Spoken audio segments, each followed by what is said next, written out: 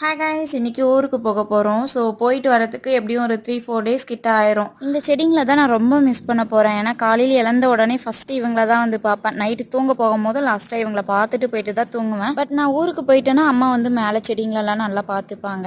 அந்த வீடாக இருந்தாலும் வாடகை வீடாக இருந்தாலும் நம்மளுக்கு ஒரு 4 டேஸ் வந்து ரிலேஷன் வீட்டுக்கு போயிட்டு வரணும் அப்படின்னு சொன்னாங்கன்னா கொஞ்சம் சந்தோஷமாகவும் இருக்கும், கொஞ்சம் கஷ்டமாகவும் இருக்கும். சரி, ஓகே, அப்பா அம்மாவை பார்க்க போகிறோம், ரொம்ப ஹாப்பியாக கிளம்பிட்டு இருக்கேன். அப்படியே என் தங்கச்சி வந்து கொஞ்சம் விதையெல்லாம் கேட்டிருந்தாங்க, அதெல்லாம் வந்து பேக் பண்ணிட்டு இருந்தேன். செடிக்கிட்ட இருக்கிற வேஸ்ட் செடியெல்லாம் ரிமூவ் பண்ணிட்டு இதுக்கு வந்து நான் எக்ஸ்பிரி ஆகாமல் ஒரு டேப்லெட் போடுவேன்.